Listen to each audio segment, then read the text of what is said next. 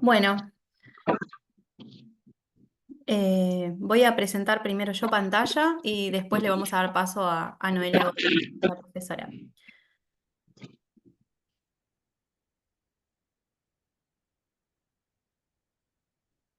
¿Noe se ve bien ahí? Estás muteada, Sí, Noe. se ve bien. Ok. Bueno, vamos a comenzar con la meta número 3. Esta meta número 3 habla justamente de lo que es una medicación segura. Estos medicamentos de alto riesgo son aquellos que tienen un riesgo muy elevado de causar un daño grave o incluso mortales cuando se produce por error la utilización de los mismos. En este sentido, tenemos que entender que tenemos distintos tipos de medicamentos que están conformando estos medicamentos de alto riesgo. Lo principal y lo fundamental es saber manejarlos adecuadamente. Hay un micrófono encendido que hace interferencia. Sí, eso te quería avisar. Se está escuchando mal porque se escucha ruido de fondo. Sí, ahí está. Listo. Bueno, entonces es fundamental poder manejarlos adecuadamente para poder garantizar lo que es la seguridad del paciente. Esto tenemos que entender que cada institución, cada organización sanitaria van a tener distintos tipos de estrategias o tratar de implementar distintos tipos de estrategias para reducir este uso inadecuado de estos medicamentos de alto riesgo. Por un lado tenemos los electrolitos concentrados, los citotóxicos, las insulinas y los anticoagulantes por vía parenteral. Los errores de la medicación de estos cuatro tipos, lo que puede pasar, como dijimos, es la mayor parte de los daños que se producen en estos pacientes, hay daños mortales y estos los que causan son eventos centinelas. Los electrolitos concentrados, en la mayoría, son los de alto riesgo, los que pueden producir daños graves e incluso mortales, son el gluconato de calcio, el sulfato de magnesio, cloruro de potasio, cloruro de sodio y la lidocaína al 12%. La interacción entre el sulfato de magnesio con el calcio lo que puede hacer es potenciar el efecto y lo que hace produce una excesiva y repentina disminución de la tensión arterial. Entonces el paciente de repente, cuando empieza a administrarse estos fluidos, lo que sucede es que tiene una hipotensión. Los niveles de magnesio por encima de los 12 miligramos producen depresión respiratoria, entonces vamos a darnos cuenta que el paciente de repente deja de respirar y tiene que ver con el efecto justamente no deseado de este medicamento que se administró por error en esta cantidad o en esta dosis. Entonces, estas medicaciones son, estos electrolitos concentrados son los cuales vamos a tener que tener más cuidado. Los citotóxicos, ahora igual después va a hablar Noelia, que son estos que tienen que ver con a veces errores en la lectura, ¿no? Esto de no saber calcular estas comas, estos decimales, y entonces es como lo que empiezan como a administrarse de manera incorrecta. Igual después este apartado en particular lo vamos a desarrollar. Los anticoagulantes, un uso inapropiado de la heparina puede provocar una hipersensibilidad con un principio activo que podemos ver como unas manifestaciones clínicas, los signos y síntomas como náuseas, vómitos, todo lo que tiene que ver con un malestar general, cefalea, fiebre, una rinitis, bueno, anafilaxia, irritación local donde se administró, eritema, hematomas. Bueno, estas son reacciones adversas, ¿no? Que lo que no se busca es justamente con esta administración de estos anticoagulantes. Por otro lado, vamos a ver que si está asociado a un sangrado, significa que estos anticoagulantes están en una sobredosis, o sea, estamos administrando más cantidad de la que deberíamos administrar. Cuando hay una utilización de un uso prolongado, también, o sea, hay otras consecuencias, lo que es la formación de complejos inmunes, como el síndrome sí, de trombosis o necrosis cutánea, que son consecuencias de la heparina. Y asociadas a las impurezas en una mezcla, cuando se mezclan con otros medicamentos, también pueden producir alergias urticarias y esto es frecuente. Las insulinas. La hipoglucemia es la complicación más frecuente de lo que tiene que ver con la terapia con la insulina y de repente en un evento adverso, cuando esta medicación se administra de manera incorrecta, podemos ver que hay secuelas o sobredosis y lo que podemos causar es una hipoglucemia, una confusión, palpitaciones, vómitos y cefalea. Entre un 3 y un 4% de los pacientes que presentan reacciones alérgicas se dan justamente en el sitio de punción donde administramos esta insulina. Estas reacciones de hipoglucemia o hiperglucemia que no se corrigen pueden justamente causar desde o sea, de una alteración de la conciencia, coma o hasta la muerte. Cuando hablamos de los medicamentos LASA, estos medicamentos son los que tienen nombres confusos, una alteración de nombres confusos, y ahora vamos a ver ejemplos. Y en el mercado vamos a ver que no solamente son estos nombres confusos, sino que también vamos a ver que tienen algunas características, el aspecto en cuanto a la presentación. Entonces, estos medicamentos LASA, lo que se utiliza y está recomendado internacionalmente es el semáforo. Pronunciación parecida, se colocan con etiquetas o apartados verdes. Parecidos en presentación con amarillo, alto riesgo en rojo y medicamentos de control con violeta. En este sentido, acá podemos ver que tenemos, por ejemplo, algunos medicamentos, estos son de presentación similar, pero son totalmente distintos. Tenemos dobutamina y lidocaína, o sea, son dos medicamentos con acciones y efectos totalmente opuestos que tienen la misma presentación. Y esto en un momento en donde uno, no sé, no tiene puestos los lentes o que un medicamento cayó en el contenedor del otro y uno no chequea, no revisa qué medicamento está tomando, lo que puede pasar es que confunda y administre un medicamento incorrecto. Lo mismo pasa, por ejemplo, acá con el potasio y el agua destilada. Sabemos que la presentación es similar. Entonces, si uno no tiene como estas referencias para poder marcar que es un medicamento de alto riesgo, en este caso es un electrolito, podemos tener estas confusiones. Pensamos que estamos utilizando agua destilada para, por ejemplo, recomponer un antibiótico y en realidad estamos usando potasio. Entonces, bueno, esto es importante poder ponerle etiquetas con estos colores para poder diferenciarlos. Entonces, el error más grave en la medicación se puede prevenir. Primero, o sea, lo que tenemos que ver es la utilización, o sea, si esto se da porque hay una cierta falta de control en lo que tiene que ver con el almacenamiento, dónde dejamos esos medicamentos, en particular los que son LASA, los que son parecidos en sus aspectos. Entonces, esto se puede prevenir, estos errores, cuando nosotros también, o sea, hacemos un análisis de lo que ocurrió. Si nosotros vemos que tuvimos una situación en uno de los servicios, hay que reportarlo.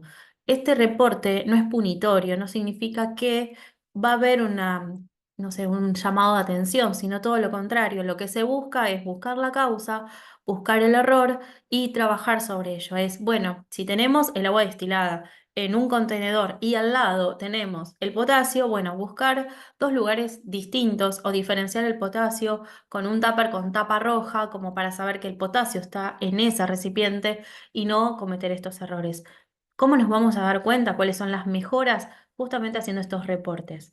Entonces tenemos una clasificación de estos errores. Un error potencial o cuasi falla es aquel que es un acontecimiento con capacidad de causar un error, pero que este error todavía no alcanzó al paciente. Entonces tenemos esto, cayó un potasio dentro del recipiente de agua destilada, lo podemos ver y este es un error potencial o una cuasi falla porque no llegó al paciente, porque no lo administramos. Entonces, tuvimos esta instancia en la que podemos revisar y revertir este error. Un error sin daño es un error que alcanzó al paciente, pero que no le causó daño, o puede ser un error que alcanzó al paciente, pero, o sea, precisó una monitorización, un control o una intervención para no sufrir un daño mayor. Un error con daño es el error que justamente le causa un daño, ya sea temporal o prolongado, al paciente, y esto, o sea, tuvo o requirió una intervención para poder mantener su vida. Y un error mortal es aquellos errores que se cometen que producen la muerte de los pacientes. Entonces, la causa de administración incorrecta de medicamentos es multifactorial. hay distintos tipos de causas. Una puede ser el exceso de trabajo, entonces esta falta de atención. Si nosotros estamos preparando la administración en el estar de enfermería y tenemos la puerta que constantemente se abre y la familia entra y pregunta algo y yo justo estoy sacando cálculos y cuentas y la verdad que es difícil preparar la medicación si no señalizamos y ponemos el cartel de no molestar preparando medicación. El error es lo que tiene que ver con la posología, la identificación de los medicamentos, estos medicamentos LASA que son similares en su presentación, estos cálculos de las dosis, confundir los decimales. No es lo mismo 0,1 que 0,01, ¿sí? Entonces, tener en cuenta este pasaje de unidades, la identificación del paciente. Tenemos que revisar, y esta es otra de las metas, que esta la vamos a abordar más adelante, tiene que ver justamente con identificar al paciente de manera correcta. Los pacientes no se identifican por donde están alojados, no es paciente habitación 13 ventana, porque puede que el de la ventana se fue y se cambió a la habitación de al lado y ahora es pasillo, pero tienen nombre y apellido y tenemos otros factores para poder identificar a los pacientes. Lo que tiene que ver con la técnica de administración, teníamos que administrar una medicación vía oral y la terminamos administrando vía parenteral, ¿no? O sea, lo hicimos de vía, una vía incorrecta.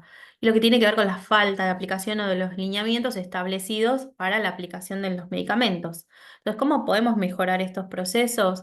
Pensando siempre en los 5 correctos de la preparación. Cuando nosotros estudiamos enfermería nos hablan de, dependiendo, o sea, siempre eran los 5 correctos, con el pasar de los años nosotros egresamos hace muchos años, no vamos a decir hace cuántos, pero antes eran menos correctos. Ahora son 10 los correctos, pero 5 son en la preparación. El medicamento tiene que ser el correcto, la dosis correcta, el paciente correcto, la hora correcta y la vía de administración debe ser la correcta. Cuando hablamos de los 10 correctos, tenemos 5 que se dan en la preparación y 5 que se dan en la administración, que tienen que ver con el paciente nuevamente, porque ahí vamos a hacer ese doble chequeo, vamos a verificar que esa administración es para ese paciente en particular. Vamos a informarle al paciente de lo que le vamos a administrar, la velocidad de administración, el registro y el seguimiento. Entonces, esos son los 10 correctos en lo que tiene que ver con la medicación. Entonces, si pensamos en la administración de un medicamento de alto riesgo, sabemos que tenemos otras medidas y que tienen que ver con el lavado de manos, identificar al paciente antes de la administración del medicamento, preguntar, valorar, indagar si el paciente tiene algún tipo de alergia, algún medicamento en particular. Puede que se haya pasado esto de preguntar ciertas alergias. ¿Es alérgico al ibuprofeno? ¿Es alérgico a cualquier tipo de medicamento? Verificar la fecha de caducidad de estos fármacos que vamos a administrar. Realizar una doble verificación en lo que tiene que ver con la dosis, la vía, la hora y la preparación correcta de estos medicamentos. Registrar, obviamente, en la hoja de enfermería, sabemos que debemos de registrar todo, la administración del medicamento, monitorear lo que tiene que ver con la velocidad de la infusión y el medicamento si es por vía endovenosa y tiene una bomba de infusión, verificar que esté funcionando de manera correcta esa bomba que administra correctamente lo que nosotros vamos a marcar como infusión. Y por otro lado, si tenemos que contar las gotas que van a caer, ya sea de un macro o un micro goteo, también verificar que sea lo correcto. La presencia de algún evento adverso o un error en la medicación, lo que tiene que ver con la satisfacción del cliente, porque evitamos estos riesgos en la seguridad, y realizar una notificación según sea el caso. ¿Qué podemos hacer? Pensar dónde guardamos o dónde administramos, o sea, dónde tenemos estos recipientes con los medicamentos de alto riesgo en el office de enfermería o en el sector que esté destinado para la preparación de la medicación. ¿Qué es lo que tenemos que hacer? Empezar a diferenciarlos con alertas visuales, con etiquetas, con colores diferentes. Un almacenamiento seguro tiene que ver con esto de dispensar de manera identificada y adecuada y precisa. Si sabemos que tenemos ampollas que son opacas, no pueden estar expuestas y directamente con la luz de una ventana, porque justamente son fotosensibles, entonces tenemos que tener esas precauciones. ¿Qué necesitamos? Que cuando se prepara la medicación no tenemos que ser interrumpidos. Hay que preparar la medicación en lugares que no tengan circulación de personas, que un colega realice este doble chequeo, si tengo que, lo que tiene que ver con la preparación y con la administración, y en lo que tiene que ver con los cálculos. Entonces, estas son las estrategias para la prevención de los errores, pensar en desarrollar políticas, estas medidas de almacenamiento. Entonces, tenemos distintos, por ejemplo, distintas concentraciones, bueno, marcarlas con diferentes colores, reducir el número de presentaciones si está a nuestro alcance, trabajarlo con farmacia, empezar a articular y empezar a disminuir la cantidad de presentaciones, porque estas presentaciones lo que van a hacer es generar confusiones. Entonces, al reducir este número de presentaciones, de dosis, de concentraciones y de volúmenes, vamos a disminuir también el riesgo. El sistema del doble chequeo, hacer visibles estos errores, notificar estos errores que pudieron haber causado un daño mayor y favorecer el acceso a la información.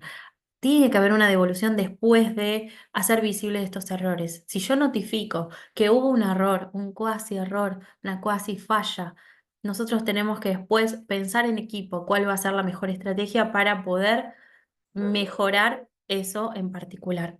Entonces, pensar en cómo almacenamos estos medicamentos, ¿no? Estos son algunos de los ejemplos de distintas instituciones. En algunos, por ejemplo, tienen etiquetas de alerta. Esto es cuando se dispensa desde la farmacia hasta el servicio. Entonces, vienen en esta presentación, no vienen mezclado con el resto de los fármacos. Esto es lo que nos va a dar la pauta y la alerta cuando vamos a colocarlos en el recipiente que les corresponde. En algunos casos también, o sea, lo que hacen es tener etiquetas y tener las monodosis, ¿sí? Entonces, bueno, acá tenemos algunas estrategias que se pueden utilizar.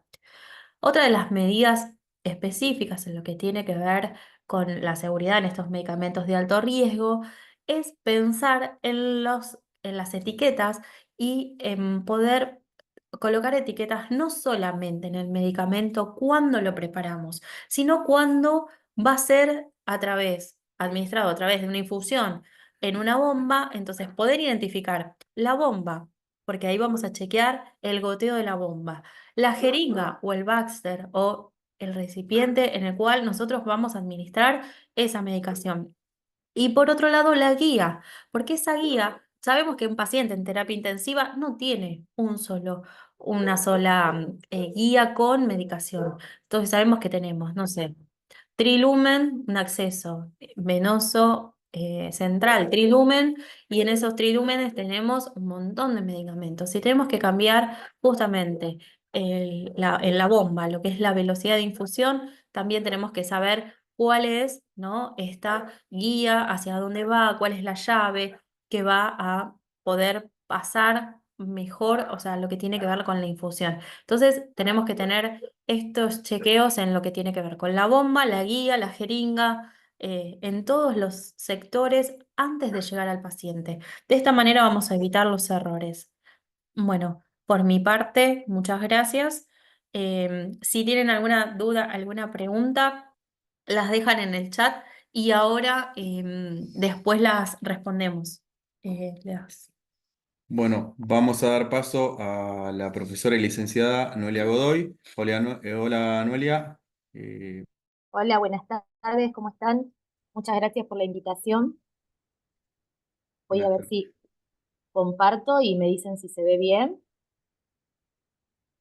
Perfecto. Sí. Genial.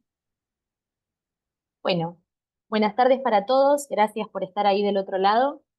Como venía hablando Laura, esta meta es una meta de seguridad paciente, ¿sí? Es la meta que conocemos como meta 3 y está orientada a la seguridad en la administración de medicación, y en esta tarde específicamente vamos a hablar de la administración segura de citostáticos. A ver si ahí estamos. Los objetivos de la clase de hoy es mencionar los objetivos específicamente de la meta 3, definir estándares de seguridad de la Asociación, ¿sí?, Latinoamericana de Oncología Clínica y también de Enfermería Oncológica. Aplicación de estándares en el manejo, ¿sí?, de la administración de citostáticos. Esto lo voy a pasar rapidito porque Laura ya los mencionó, pero en este caso la meta 3 habla de mejorar la seguridad en la administración de medicamentos de alto riesgo, y habla también en que es necesario reducir el daño grave y evitable relacionado con la administración de medicamentos de alto riesgo. Cuando hablamos de reducir, hablamos de que nosotros, el personal de enfermería, ¿sí?, tiene alto impacto en este tipo de medidas, porque somos los que tenemos el control, los que hacemos la administración, los que recibimos esa medicación.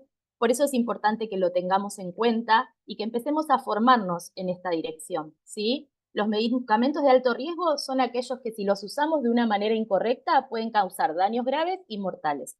Hoy vamos a hablar de citostáticos. Hay estándares de seguridad, ¿sí?, para la administración de medicamentos en los pacientes oncológicos que están establecidos por la Sociedad Americana de Oncología Clínica y la Sociedad Americana de Enfermería Oncológica. Ellos dicen que cualquier profesional, cualquier persona de enfermería, independientemente de su experiencia, puede aplicarlos de la misma manera y sin variabilidad en la atención y sin posibilidad de errores si nosotros tenemos protocolos, ¿sí?, estándares escritos, visibles y reconocidos por todos nosotros los que hacemos administración de medicaciones de alto riesgo, ¿sí? Por eso no nos alcanza con tener un protocolo si nosotros no nos tomamos el tiempo de profundizar en ese protocolo, ¿sí? Un estándar es seguro cuando todas las personas que hacen ese tipo de prácticas tienen acceso a ese estándar. Estamos en un tiempo en el que, agradecidos por eso, hay mucha investigación, hay muchos protocolos, las instituciones están trabajando fuertemente en la seguridad paciente, tanto las públicas como las privadas, pero se necesita no solo del compromiso institucional, sino del compromiso profesional de cada uno de nosotros para acceder a esos protocolos, para estudiarlos, para consultar cuando no conocemos cómo aplicar estos cuidados, y también para tener en cuenta en qué lugares nosotros estamos trabajando, cuál es la responsabilidad y el compromiso que tenemos respecto al trabajo que nosotros hacemos. Y estoy hablando no solo de un compromiso legal, estoy hablando de un compromiso profesional, ¿sí? Hay lugares donde los protocolos están establecidos, pero no nos tomamos el tiempo de leerlos, el tiempo de pasar tiempo con ese protocolo, ¿sí? Ningún protocolo se aprende de un día para otro, entonces es importante que podamos tenerlos en cuenta.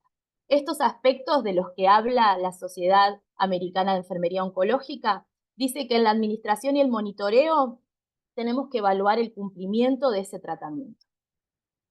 El proceso de administración de medicamento debe ser cuidado en todas las etapas. Nosotros tenemos que observar, monitorizar y prestar absoluta atención en todas las etapas. Estas etapas incluyen la prescripción de esa medicación, el protocolo o indicación, como ustedes le llamen en su institución, además de la preparación, la dispensación, ¿sí? Hay lugares donde los citotóxicos lo preparan o los citostáticos los preparan las enfermeras, en el servicio o en el hospital de día. Hay otros lugares donde esa medicación es preparada por farmacia. Hay otros lugares donde esa medicación viene desde un centro de mezcla. Nosotros tenemos que estar atentos en todas esas etapas para reducir el riesgo y para reducir los eventos adversos.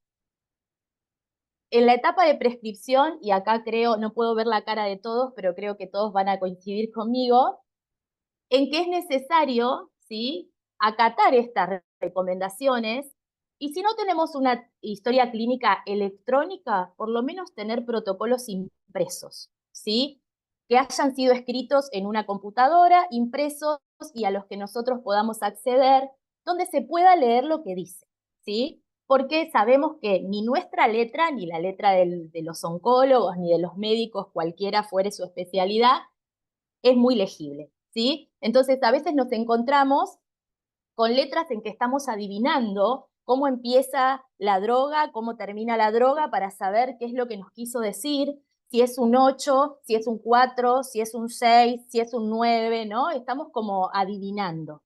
Por eso es importante que nosotros empecemos a trabajar también en esta etapa, que si bien no nos concierne específicamente a nosotros, porque nosotros no indicamos, sí nos concierne específicamente porque nosotros tenemos que leer e interpretar eso que ahí está escrito, ¿sí? Entonces las recomendaciones nos dicen, es necesario que la prescripción médica esté en una historia clínica electrónica.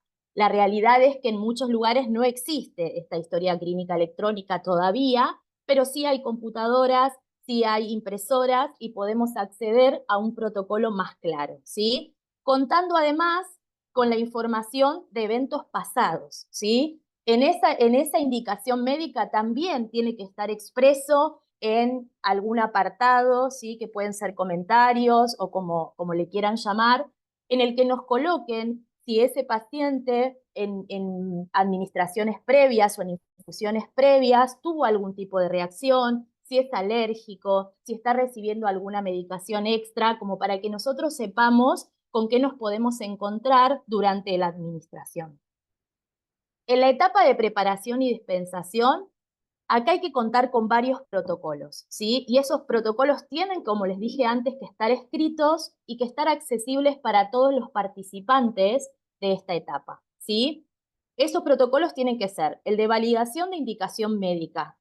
Algún farmacéutico o algún encargado de farmacia se tiene que ocupar de leer esas indicaciones, de mirar la superficie corporal del paciente, de saber cuánto pesa, cuál es su talla y de poder controlar si las dosis que están indicadas en ese protocolo son las correctas.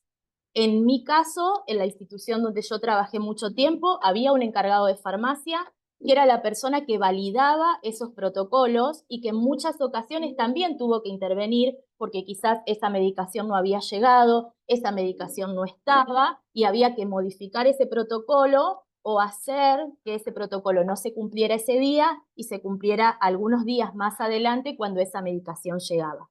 Por otro lado, tiene que haber un protocolo de preparación de drogas citostáticas. ¿Dónde las preparamos? En una cabina de flujo laminar. ¿En qué sector? ¿Qué ocurre mientras las personas están preparando esa medicación? No solo no se interrumpe, sino que tienen que contar con medidas de bioseguridad para el operador, para la persona que lo transporta. Entonces, esto tiene que estar escrito porque hay personas que hacen que estos protocolos se cumplan, ¿sí? Y si en nuestra institución, en el lugar donde nosotros estamos, todavía no hay personas establecidas específicamente para hacer cumplir estos criterios, nosotros, los que hacemos la administración de esa medicación, tenemos que asegurarnos de que se cumpla en la mayor posibilidad, ¿sí? Después, otro protocolo que es el de manipulación de medicamentos tóxicos y biopeligrosos. Cuando nosotros estamos hablando de citostáticos, estamos hablando de medicamentos que son teratogénicos, que son mutagénicos, que son carcinogénicos. Entonces nosotros no podemos manipular esos medicamentos como si nada fuese a pasar.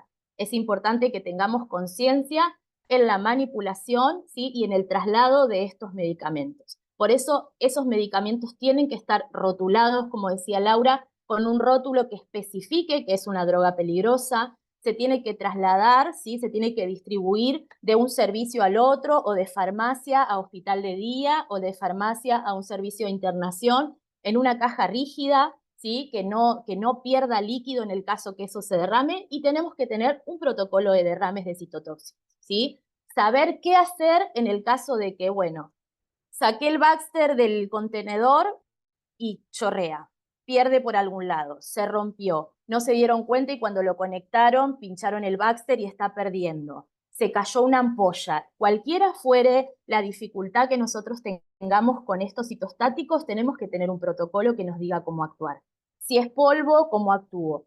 Si es líquido, cómo actúo. Si entró en contacto con la piel, cómo actúo. Si solo se derramó en el piso, cuál es el tipo de contacto que puedo tener. Qué tipo de elementos de bioseguridad debo utilizar. ¿Cuánto tiempo tiene que pasar desde que se limpió el derrame hasta que el paciente puede ser atendido en ese mismo espacio o hasta que yo pueda trabajar en ese mismo espacio? Esas cosas tienen que estar escritas porque en el momento de la urgencia o en el momento que estos eventos ocurren, es muy difícil pensar con rapidez, actuar como corresponde y tener un manejo seguro de la situación. Por otra parte, tenemos la etapa de administración y esta es la etapa que más nos concierne en esta tarde, ¿sí? Y esta etapa debe incluir lo establecido en los protocolos, además de las particularidades de cada paciente, ¿sí? Si nosotros estamos pensando en un paciente que presentó reacciones adversas, no lo voy a atender junto con otros 5 porque no me voy a poder ocupar de él ni de los otros 5. Entonces, nosotros tenemos que conocer estas particularidades y decir, bueno, sé que este paciente cuando inicia el protocolo se hipotensa. requiere un poquito más de tiempo, tengo que estar atenta. Sé que esta paciente cuando inicia el protocolo hace ataques de pánico. Bueno, no voy a poner 6 pacientes el mismo día, en el mismo horario que estoy atendiendo a este paciente. Sé que en la administración anterior hizo una reacción de hipersensibilidad a la droga. Me costó habilitar su catéter. Cualquiera fuera la dificultad, nosotros tenemos que tenerla en cuenta antes, durante y después de la administración. Previo a la administración, la valoración de enfermería sobre ese paciente oncológico es fundamental, ¿sí? Tenemos que controlar los signos vitales, asegurarnos que ese paciente está hemodinámicamente estable. ¿Para qué? Para iniciar un tratamiento. Hay tratamientos que nosotros conocemos que causan efectos en el momento. Hipotensión, hipertensión, ¿sí? Entonces, en esos casos ver, bueno, sos hipertenso. ¿Tomaste la medicación antes de venir? ¿Sí o no? No la tomó, la tiene que tomar, porque yo sé que, por ejemplo, si le administro bevacizumab, puede hipertensarse. Entonces me tengo que asegurar que haya tomado su medicación antes de salir de su casa.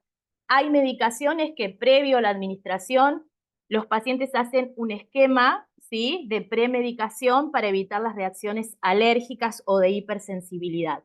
¿Recibiste esa medicación? ¿La tomaste? A veces los oncólogos le dicen 2 horas antes de venir, no comas nada porque podés tener algún evento de mesis. Entonces el paciente, no, voy a vomitar, no come.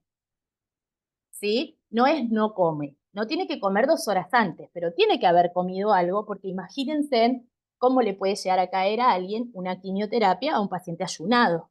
¿Sí? Entonces, todo eso nosotros tenemos que tenerlo en cuenta cuando ingresa un paciente al servicio en el que nosotros estamos trabajando, ¿sí? Revisar la historia clínica. Peso, talla, superficie corporal tiene que estar siempre y en todas las sesiones de quimioterapia. A veces nos pasa que nos encontramos con un paciente que le administramos una medicación el mes pasado, vuelve este mes y pesa de 6 a 8 kilos menos. Y nosotros nos damos cuenta que hubo una reducción realmente importante de peso y esa reducción por ahí no se tuvo en cuenta a la hora de la indicación de la medicación. ¿Por qué? Porque el oncólogo se quedó con el peso que vino el paciente el mes pasado y con ese mismo peso se indicó la medicación. Nosotros lo estamos viendo y nos damos cuenta que el peso no es el mismo. Tenemos que volver a pesarlo, tenemos que volver a tallarlo y tenemos que comunicar su peso actual. Y esto tiene que ver con reducir no solo los efectos adversos de la medicación, sino los efectos por intoxicación. ¿Sí? Porque eso va a hacer que no solo no lo pueda hacer hoy, sino que no pueda hacer el tratamiento a veces por más de un ciclo hasta que se recupere. Consentimiento informado. Nadie recibe quimioterapia sin haber firmado el consentimiento y sin haber recibido la educación necesaria para saber por qué le están dando esa medicación, qué efectos adversos puede causar esa medicación y qué tiene que hacer si esos efectos aparecen. Por eso la educación tiene que ser presencial, pero también escrita. Porque una primera vez de quimioterapia no es lo mismo que una quinta, ¿sí? No es la misma la atención, muchas veces por los nervios no recuerdan lo que le dijimos, entonces es importante que lo tengamos en cuenta. Recordemos que esta administración es una administración de alto riesgo y que muchas veces los efectos no son en el momento, pero son al día siguiente o a los 2 días y ellos tienen que saber qué cosas pueden pasar. Revisar el laboratorio, ¿sí? Hay lugares en que hay un oncólogo en el hospital de día continuamente y hay lugares donde el oncólogo está en consultorio y uno los llama si lo necesita. Entonces, ese laboratorio, los primeros que los vemos somos nosotros. Enviarlo a que el oncólogo lo vea, revisarlo cuando viene, hacer un examen físico y tener en cuenta el protocolo de administración y ver si coincide con lo que dice la historia clínica o la historia escrita, ¿sí? Revisar el protocolo de extravasación. ¿Qué drogas voy a administrar hoy? ¿Esas drogas son vesicantes, son irritantes? ¿Qué tipo son? ¿No tienen ningún tipo de efecto? ¿Para qué? Porque una vez que se extravasó, entre los nervios, la demanda, la presión, muchas veces no nos acordamos si esa medicación tiene antídoto, si no lo tiene, qué tipo de algoritmo nosotros tenemos que seguir. Paro la bomba, no paro la bomba, saco la vía, no saco la vía, tiro la medicación, no tiro la medicación, ¿no? Esto es algo que pasa y que muchas veces lo preguntan, no tiro la medicación nunca, porque como todo medicamento tiene alto costo, ¿sí? Y si nosotros descartamos la medicación, lo que nos va a pasar en muchas ocasiones es que no haya medicación para reemplazarla. Entonces, paramos la infusión, guardamos la medicación y vemos cuáles son los pasos a seguir según el protocolo de extravasación. Conocer el protocolo de reacciones de hipersensibilidad. Cómo puede reaccionar esa droga y a qué droga responde, ¿sí? Para tenerla cerca, para tenerla a mano, para conocer su dilución, para saber cómo se administra y asegurarnos que la administración va a ser segura. Y como siempre que estemos por utilizar drogas citostáticas, el protocolo de derrame.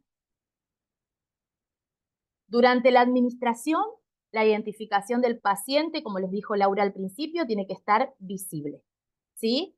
Y vamos a revisar la pulsera o el identificador que el paciente tenga y vamos a confirmar consultándolo con el paciente o con su cuidador principal, en el caso que el paciente no pudiese resolver, cuál es su nombre, cuál es su apellido y cuál es su DNI, y corroborar que coincidan con la pulsera y con la indicación médica.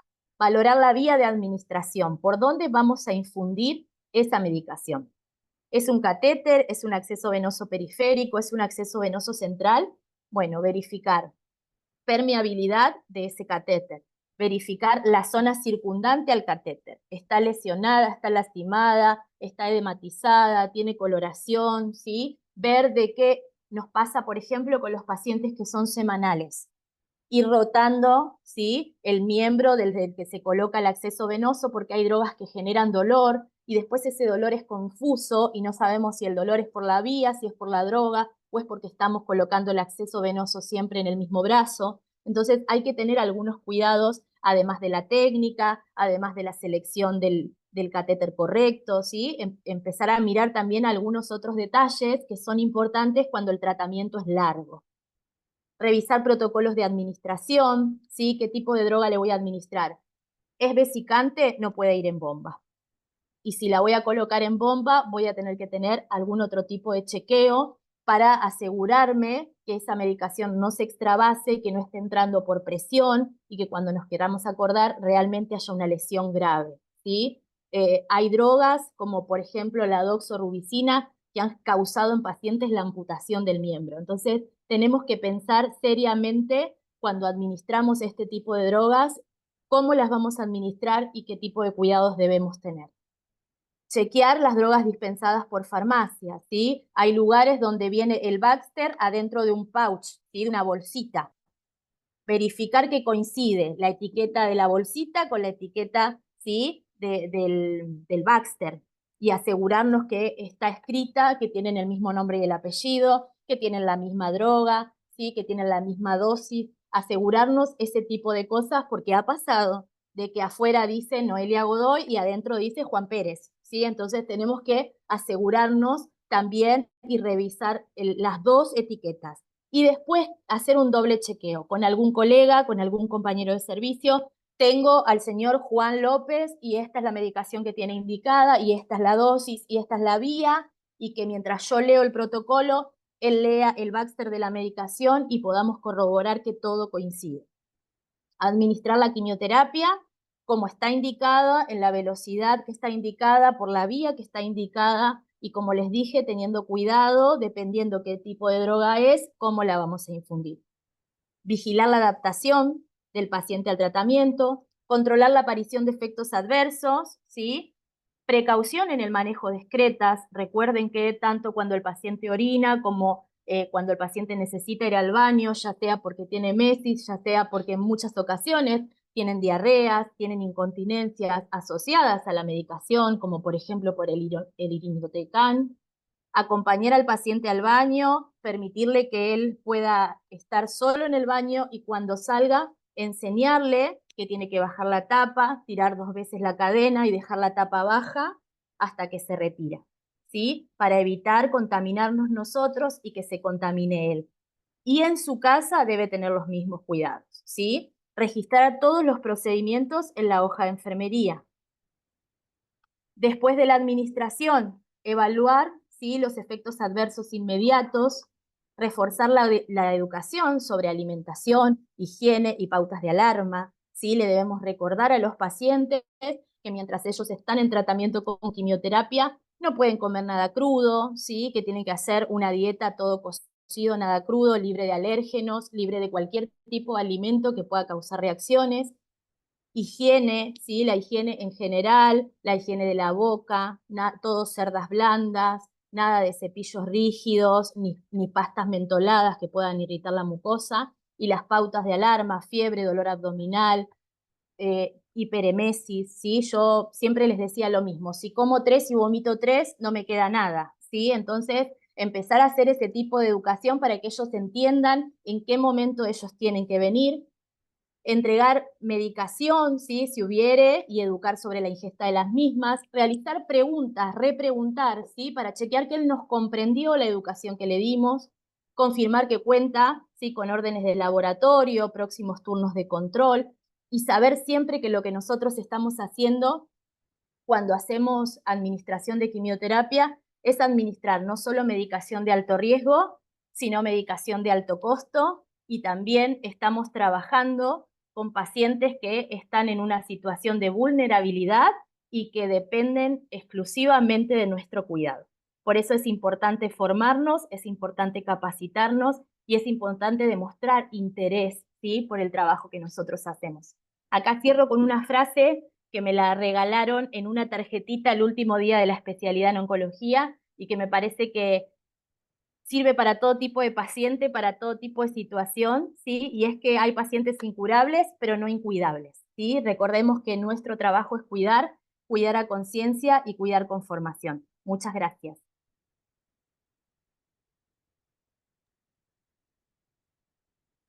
Si Bueno, tienen alguna pregunta, eso íbamos estoy por a atender. leer. Bueno, excelente la disertación, como siempre. No tengo nada más que agradecer. Acá pregunta si todos los medicamentos se guardan en la heladera. No, solo No. los que tienen indicación de ser refrigerados.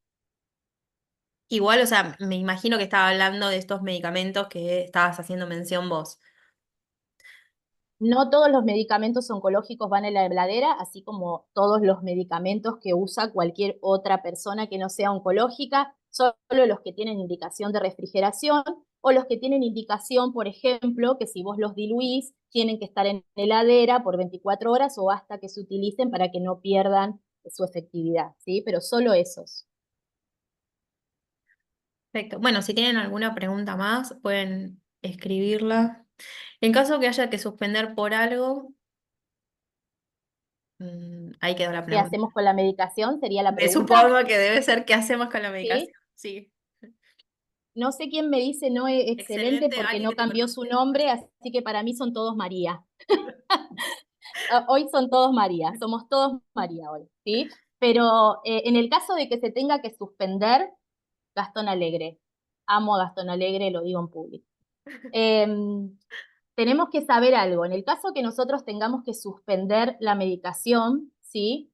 Tenemos que tener algoritmos escritos. Un algoritmo es una guía del paso a paso, ¿sí? Pero generalmente, por ejemplo, el Ministerio de Salud, la Sociedad Argentina de Oncología, hay lugares que ya tienen algoritmos escritos, todo está escrito, de hecho, no estamos inventando nada, pero si nosotros tenemos un algoritmo, podemos saber qué hacer. Lo que tenemos que saber es que nunca vamos a tirar la medicación. ¿Sí? Eso lo tenemos que tener claro porque es como un error o como una dificultad que aparece en todas las clases de oncología. Bueno, se extravasó, ¿qué hago? ¿Tiro? No, no tiro. Yo lo que hago es parar la infusión, reservar la droga, resolver la situación de la extravasación e infundir la droga por otra vía. ¿Sí?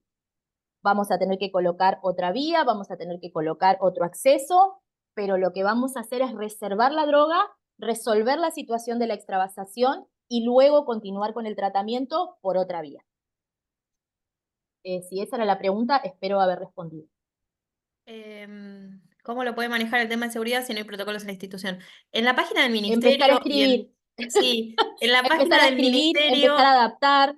y hay un montón de instituciones en donde tienen todos estos protocolos de manera pública. Entonces, lo que se puede hacer Sí. es adaptarlo a la situación de cada una de las instituciones. Hay que Estas adaptar guías, protocolos, exacto, ¿sí? estas guías son en lo que tiene que ver como macro. Después cada institución la va a adaptar a su situación, porque si tengo, digamos, una disposición edilicia de determinada manera, esa guía hay que adaptarla. Entonces, pensar en esto, si no tengo flujo laminar, o sea, si el flujo laminar no está en ese servicio, si está en otro, bueno, todo eso se adapta a cada institución.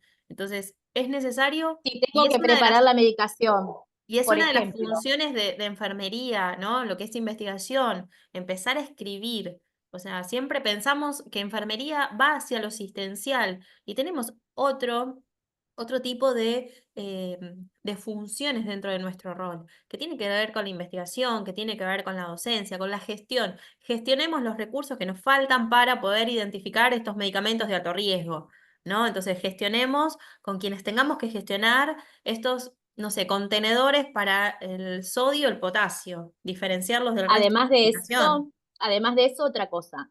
Nosotros solemos, ¿sí? Por hábito, decir, en mi servicio no hay un protocolo, ¿no? Entonces, vamos a ir a Laura, vamos a suponer que Laura es la encargada en mi hospital o en mi sanatorio de generar los protocolos de seguridad paciente. Entonces voy y le digo, che, Laura, mira, acá en mi servicio no hay un protocolo. Laura trae el protocolo y no lo puedo usar porque Laura no tiene idea de mi servicio. La que tiene idea del servicio, de la dinámica, de las personas, del espacio, somos nosotros, los enfermeros que estamos en ese lugar. Entonces, nosotros nos vamos a conectar si existiese una persona que fuese la responsable de seguridad paciente con esa persona y le vamos a decir, bueno, mira, según el Ministerio de Salud de nuestro país, el protocolo a aplicar para tal cuestión es este. ¿Cómo lo podemos adaptar a este servicio, a los recursos de este hospital, a los recursos de este sanatorio? ¿Sí? ¿Cómo hacemos nosotros para adaptar este protocolo a este servicio?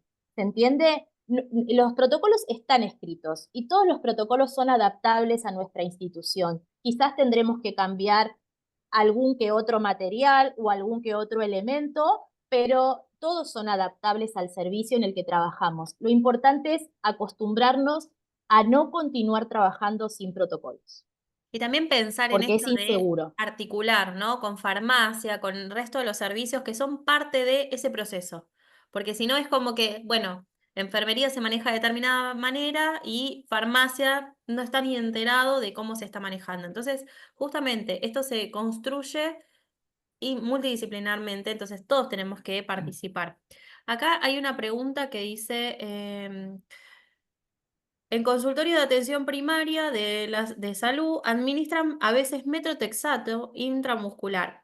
¿Debemos tener cuidados especiales al administrar para nosotros o para el ambiente y el descarte de los elementos utilizados para cargar la ampolla a jeringa? El metrotexate es tóxico en ciertas dosis. ¿Sí? Si bien es una droga que se usa en oncología, también es una droga que se usa en otro tipo de protocolos como artritis, artrosis, ¿sí? En otros tipos de pacientes. Entonces, lo que tenemos que saber también se usa, por ejemplo, en pacientes con indicación ginecológica por haber tenido embarazos ectópicos o mora, ¿sí? Antes. Y en esos casos, lo que necesitamos saber es que si lo vamos a utilizar, tenemos que tener las medidas de precaución estándar. ¿Sí? Y otra cosa que tenemos que saber es que los cortos punzantes, por ejemplo, hay lugares donde nosotros sabemos que vamos a aplicar metrotexate esta semana a 3 o a 4. Bueno, separamos un contenedor, un descartador únicamente para eso, descartamos ahí, bajamos la tapita o la sellamos con una cinta, cuando vuelve el otro lo voy a descartar ahí, cierro con la cinta y una vez que finalicé con los 4 de mi semana, sello ese descartador y lo rotulo y lo descarto, ¿sí? Sabemos que se usan y habitualmente en las drogas intramusculares, el metrotexate en aplicación intramuscular es en muy bajas dosis. 25 Entonces no hay, miligramos. Ahí te puse. claro, son muy bajas dosis, no hay grandes riesgos de toxicidad, tiene los mismos riesgos que cualquier otra droga en la que estoy usando cortopunzantes y debo tener precauciones estándar, guante, barbijo para la preparación, sí, por si salpica, pero no mucho más que eso. Hay otra pregunta que dice, estoy en mi turno y no llega la medicación a pesar de mi esmero. Solo lo registro. ¿Y de quién es la responsabilidad? ¿Mi turno o el turno que viene que también demora en conseguirlo? Y en realidad, o sea, el que Eh, va a administrar. O sea, pero ahí, o sea, tiene que siempre, ver con una cuestión del circuito, ¿no? O sea, y además de eso, saber que cuando nosotros vamos a administrar un protocolo, los protocolos establecen un orden y un criterio de infusión, ¿sí? No es que yo digo, bueno, hoy voy a hacer este protocolo y administro como lleguen. No, hay un orden y hay un criterio de infusión. Entonces, nosotros tenemos que saber que antes de iniciar con la infusión, tenemos que habernos puesto de acuerdo o con la persona que prepara, o con el servicio de farmacia, o con cualquier servicio que sea el que intervenga en esta preparación, de decir, bueno, ingresó el señor Juan López, tiene indicado este protocolo. Primero esta droga, después esta droga, después esta droga y después esta droga. Y no inicio hasta que no me aseguro de tener por lo menos las dos primeras drogas en el servicio. ¿Sí? Y la responsabilidad es de todos. No hay un responsable ni uno menos responsable. Cuando nosotros vamos a hacer un protocolo y es en nuestro servicio, la responsabilidad es de todos, ¿sí? Y acá no es una cuestión de esmero, sino que es una cuestión de lo que está escrito. Está escrito esto es lo que tenemos que administrar, este es el criterio de infusión. Bueno, necesito tener por lo menos estas dos drogas y nos va a empezar a pasar que empecemos a registrar si tenemos un report, bueno, no se inició tratamiento por faltante de droga, no se inició tratamiento porque a la hora de retirarme no había llegado al servicio. Entonces, de esta manera nos aseguramos que registrando lo que está ocurriendo, registrando los tiempos, alguien que está por encima de nosotros pueda evaluar la situación y organizar el circuito de una manera más efectiva. ahí preguntan si el protocolo es igual a una normativa. Protocolo es igual a una normativa, la normativa por ahí es más general, el protocolo es más propio del servicio. ¿Sí? Más propio del servicio, más propio de las funciones del servicio. Las normativas pueden ser nacionales, pueden ser provinciales, pueden ser institucionales. Los protocolos son propios de un servicio y de una institución en particular. Ok, acá, bueno, preguntan con respecto a la organización del Office en lo que es, no conviene ordenarlo alfabéticamente, la medicación, sino tener en cuenta esto, si yo tengo medicamentos LASA, no voy a poner el agua destilada al lado del potasio. Entonces, en ese sentido, digo, bueno, lo que más se utiliza, que quede más al alcance, lo que tiene más riesgo, que esté identificado, por ejemplo, en el hospital, en neonatología, en particular en el Garrahan, el sodio y el potasio están en contenedores rígidos de tupper con tapa negra y con tapa roja. Entonces, no es que están en un cajón, no están dispuestos. O sea, yo sí sé que tengo que utilizar potasio, voy a abrir el tupper con tapa roja y voy a retirar las ampollas que necesito. Entonces, eso evita cometer errores, porque el meter En la la mano institución, en va la a depender institución donde yo trabajo, por ejemplo, te lo envían por paciente. No hay almacenamiento de ese tipo de drogas. No es que ustedes llegan al office y hay un, no sé, un tupper lleno de potasio por si tenés que preparar un plan. No, te lo envían por paciente. Entonces se aseguran de que vos no tengas acceso a ese tipo de medicación que no sea exclusivamente para el paciente que lo necesita. En algunas instituciones, esa medicación, cuando es por paciente, está como monodosis con la etiqueta, que también te dicen medicamento de alto riesgo, entonces tienen como unas alarmas en ese sentido, ¿no? Entonces, bueno, ordenar el office, primero saber que no puedo usar cartón. Primero saquemos la cajita de cartón, o sea, que no van, porque no puede tener cartón en el office. Tienen que ser recipientes de plástico. Y después pensar en esto de que cómo colocamos las ampollas. Si son opacas, que no le dé la luz directa, entonces hay otras cuestiones que también tenemos que tener en cuenta. Lo que son, nosotros siempre pensamos en las ampollas, pero también tenemos los medicamentos en frascos, entonces, que son los jarabes. Entonces, bueno, no abramos 40, tratemos de rotular porque lo abrí, ¿no? Entonces digo, bueno, abrí una ampolla de parina, bueno, tengo que rotular porque esa ampolla, o sea, tiene una duración. No es que utilicé y saqué 1 milímetro y ya descarto el frasco, no, tengo que rotular. Entonces también, o sea, esto es un hábito que tenemos que tomarnos, rotular esa medicación. Si esa medicación, una vez que la recomponemos, tiene que ir a la heladera, también hay que rotularla. Es quién la preparó, fecha, hora, porque si no, o sea, esa medicación se va a tener que tirar porque no se va a poder utilizar. No sabemos si la preparó Noelia en el turno anterior o la preparó otra persona hace 5 días. Entonces también son ciertas pautas que tenemos que tener en cuenta. Eh, ¿Está bien? Ahí ¿No te dicen que gusta? también, o sea, tratan de no dejarlos por fuera de los contenedores. Hay Ah, que conocer por enfermería los valores de laboratorio para un para paciente el brillito. para administrar quimioterapia. Sí, en Luz de realidad, o la sea, Sota quimioterapia o tiene no prendido el quimioterapia. micrófono. Sí, Luz de la ahí, Sota O tiene poner prendido más, el micrófono y no se escucha, ¿eh? poner más. Se escucha. a ver, si puedo apagar. Eh, Enfermería tiene que conocer el resultado de los valores de laboratorio en un paciente para la administración de quimio, sí, por supuesto. Paciente Independientemente de que neutropénico sea quimio, o sea, del siempre médico. tenemos que tener las Sí, referencias. en quimio específicamente, ¿por qué? Porque si el paciente está neutropénico no aplica, si no está neutropénico pero tiene los blancos por debajo de 2500 no aplica, si tiene bajas las plaquetas no aplica, si tiene altos los valores que tienen que ver con hígado no aplica, ¿sí? Así que sí tenemos que saber los laboratorios, el resultado del laboratorio. Porque ¿qué nos pasa? Nos pasa que a veces mandan la foto para que el médico que está en consultorio lo vea, o el médico que está en consultorio está viendo otro montón de pacientes y está viendo los que vienen a hospital de día, más los que vienen para verlo, para la consulta, y muchas veces la mirada no es tan detallista y puede pasar que algunos valores no se vean, entonces es importante que nosotros también lo chequeemos. Bueno, acá cuentan que hay una institución que tienen, o sea, los medicamentos LASA en amarillo, en otro lugar, separado de los de alto riesgo en rojo. O sea, bueno, o sea, cada institución lo va a manejar acorde al servicio. Porque de hecho, en una misma institución hay servicios que se manejan diferentes. No se maneja de la misma forma neonatología que, no sé, la guardia. Entonces, bueno, porque también, o sea, no se utilizan los mismos medicamentos o las mismas dosis. Entonces va a Y con la depender, misma urgencia, tal cual. Entonces va a totalmente. depender de la institución y de cada uno de los servicios. Bueno, no sé si hay alguna pregunta más. Eh,